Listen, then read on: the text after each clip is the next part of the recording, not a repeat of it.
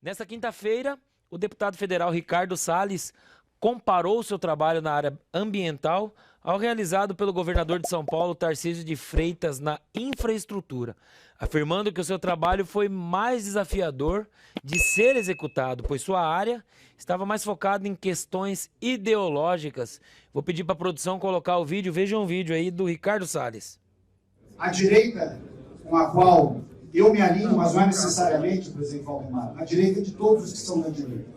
A direita minha, a direita liberal na economia, conservadora nos princípios, mas firmemente direita na política. Ao silêncio. Nós estávamos ali atrás, os deputados que são de direita, questionando o seguinte: ninguém aqui outorgou ao Tarcísio o direito de falar em nome dos deputados do PL e negociar o que quer que seja. Nós temos o nosso próprio voto. Nós temos os nossos próprios votos. E se tem um lugar no Brasil hoje que não tem um governo de direita, é o governo de São Paulo. Então, não venha aqui dizer, colocar a faixa de representante da direita, porque não é. Nós temos as nossas próprias convicções, nós temos os nossos próprios princípios, e muitos de nós têm pelo presidente Bolsonaro uma lealdade verdadeira. E eu digo tranquilamente, porque passei 2 anos e meio apanhando por ser leal ao presidente Bolsonaro, tomei processo por ser leal ao presidente Bolsonaro, e até hoje faço as defesas que tenho que fazer com relação às coisas que nós acreditamos. Nós não queremos e não seremos representados por alguém que vem aqui se dizer de direita e depois, na hora de governar o Estado para o qual foi designado pelo presidente, não governa como alguém de direita. Chega, acabou essa brincadeira. Nós agora queremos aprovar a reforma tributária? Sim, mas não essa que está sendo imposta. Se houver mudanças positivas, podemos votar favoravelmente, óbvio. Nós não somos radicais de extrema-direita, não sei o quê. Não, nós somos pessoas que não temos rabo preso e, consequentemente, só fazemos o que a nossa consciência manda. E nós vamos fazer o que nós achamos que é certo. Não nos enfiem a reforma goela abaixo. Se tem convicção de que ela é boa, discuta, e em agosto a gente aprova. Se assim o presidente Bolsonaro referendar, se assim o nosso partido disser que deve ser, mas nós precisamos ter, Altimir, esse tempinho para refletir o que nos está sendo apresentado. Presidente, eu posso ter pavio curto, mas eu sou seu leal defensor. E eu não estou aqui para fazer média por ninguém. Fui eleito, evidentemente, dentre outras razões, porque fui seu ministro. Procurei ser o ministro mais leal, mesmo depois de sair do ministério. Nunca se viu uma palavra minha contra o presidente Bolsonaro. Eu vou contra situações que eu não concordo, contra situações que são travestidas de direita, mas não são direita, e contra pessoas que querem abraçar a direita, mas na hora H, no seu campo de atuação, na verdade fazem média com a esquerda. Muito obrigado. Aí o vídeo já passa o comentário, Paulo Figueiredo. Quer que eu comente mesmo? Rapaz, isso aí foi com você. Entrou com todas as travas da chuteira de carrinho em cima do Tarcísio. Né? E as falas do Salles, elas não só são muito corretas no sentido da posição que o Tarcísio teve ontem, de dizer que tinha 95% de alinhamento nessa reforma tributária com o Haddad, a imagem dele com o Haddad, mas também um conjunto da obra de como está sendo o governo do Tarcísio em São Paulo, né? E eu acho que chegou a hora de nós começarmos a cobrar o governador de São Paulo. Por quê? Porque o governador de São Paulo é, como cargo eleito, o maior líder que a direita tem. E direita, sim. Depois ele disse que não era bolsonarista de verdade, que não era bolsonarista puro sangue, mas durante a campanha ele disse que era. Tarcísio, quem era Tarcísio? Tarcísio foi um homem que chegou ao governo de São Paulo pelos méritos dele, foi um ministro muito competente, é um homem muito preparado do ponto de vista técnico, mas chegou onde chegou por causa do Bolsonaro. Então a população elegeu o Tarcísio com uma votação espetacular, pensando, olha, nós temos um cara com uma grande formação técnica, probo, executor e de direita, e que, portanto, vai governar de direita. No entanto, é uma posição muito importante, porque nós estamos falando do segundo maior orçamento da América Latina. São Paulo tem o segundo maior orçamento da América Latina. É o estado, eu sou do Rio de Janeiro, amo meu estado, mas São Paulo é o estado mais importante do Brasil. São Paulo condensa as maiores indústrias do Brasil, um agro, inclusive, forte em São Paulo, condensa também, de forma impressionante, o setor de serviço, condensa mercado financeiro. Então você tem, debaixo ali do Tarcísio, algumas das pessoas mais influentes do país. E, no entanto, em dezembro, Tarcísio estava se encontrando escondido. Eu fui um dos primeiros inclusive, por conta de vazamento de pessoas internas que não estavam gostando disso, fui o primeiro a, no ar, na época, na Jovem Pan, denunciar que o Tarcísio estava indo se encontrar escondido com Alexandre de Moraes. Eu disse onde e quando, e aí depois se tornou público. Um mês depois, o Alexandre de Moraes, isso foi em dezembro, um mês depois, o Alexandre de Moraes estava prendendo os eleitores do Tarcísio, no 8 de janeiro. Né? O Tarcísio, como governador de São Paulo, foi um homem que não deu uma palavra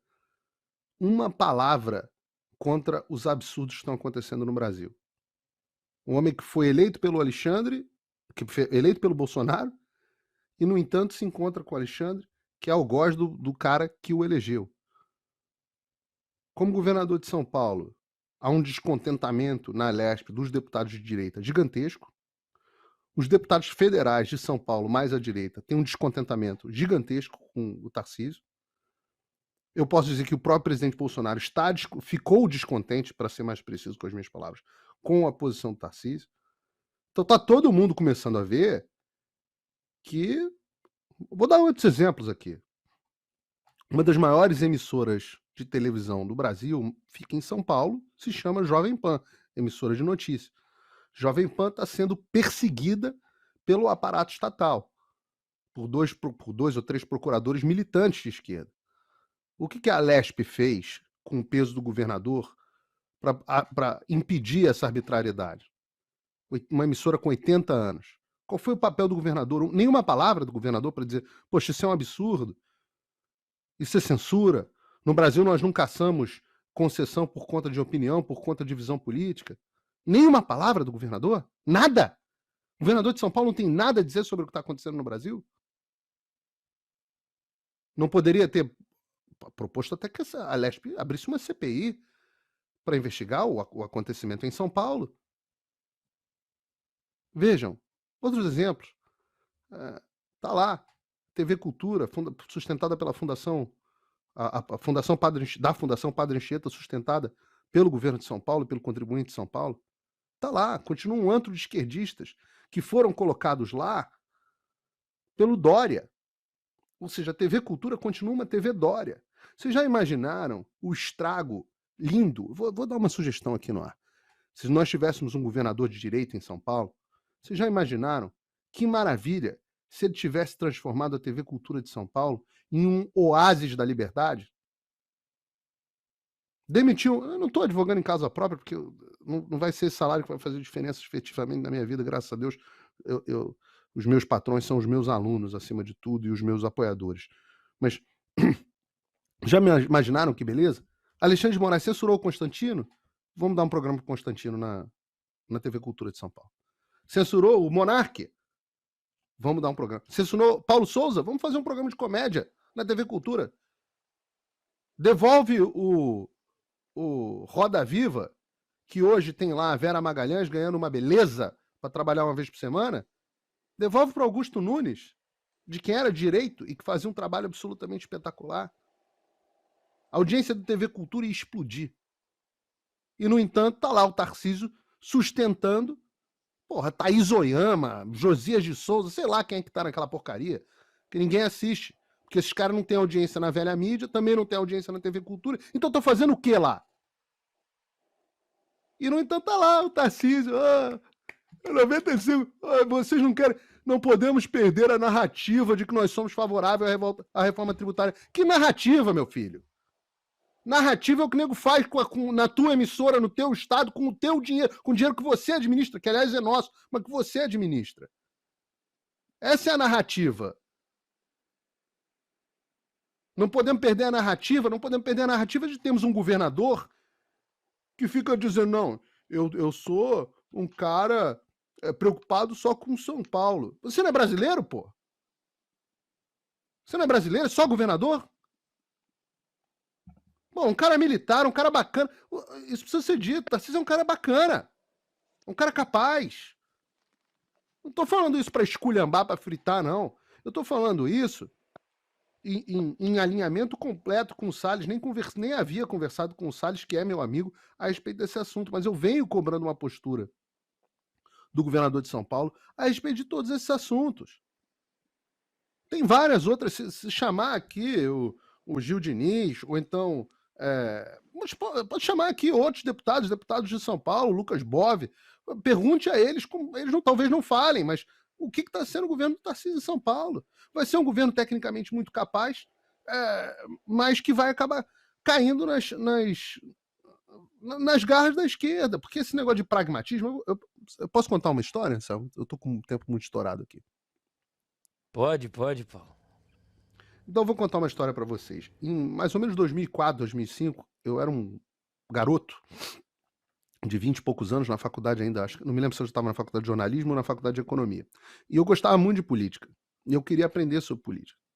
E eu conversava com meu pai e tal. E ele tinha um conhecido, um amigo, que era deputado federal em Brasília, naturalmente. E meu pai falou, olha, pô, meu filho gosta muito de política, será que ele pode começar a trabalhar com você como assessor e tal? Não era uma coisa para ganhar dinheiro, eu não ganhava R$900 no meu primeiro trabalho de assessor de político. E eu comecei a trabalhar com esse cara. Esse cara era o grande algoz do Lula na CPI dos Correios, que investigava o mensalão. Não sei se vocês lembram, mas quem investigava o mensalão era a CPI dos Correios. Esse cara era o Eduardo Paes, que hoje é prefeito do Rio de Janeiro, e que se tornou prefeito do Rio de Janeiro enquanto eu trabalhava com ele, inclusive. No meio do caminho, ele se tornou o melhor amigo do Lula. E eu gosto muito do Eduardo Paes, nós somos amigos pessoalmente, mas eu continuei defendendo as mesmas coisas que eu defendia, e ele, por pragmatismo político, começou a defender tudo que ele defendia multiplicado por -1. E aí eu não tinha mais como continuar trabalhando com esse cara. Obviamente fui para iniciativa privada e acabei onde estou, mas foi um aprendizado muito bom. Mas o pragmatismo político jogou o Eduardo Paes de um grande opositor ao Lula em um grande apoiador do Lula. Tudo pelo bem do Rio de Janeiro, para arrumar dinheiro para a obra, etc, etc. Pois bem, eu estou contando essa história, sabe por quê? Antes de entrar no ar, você sabe quem estava criticando o Bolsonaro e fazendo um baita elogio ao Tarcísio? No meu Twitter? Eduardo Paes. Então, eu me pergunto se o fim do Tarcísio não vai ser o fim do Eduardo Paes. Eduardo Paes também era tecnicamente muito capaz, um dos melhores gestores que eu já vi na minha vida. Também era um cara tecnicamente muito capaz. Também era um cara que não era de esquerda, mas o pragmatismo da posição dele acabou jogando ele na hiper-esquerda. Então, é isso que nós queremos para o Brasil? Muita gente... Eu fiz uma enquete uma vez, para concluir agora.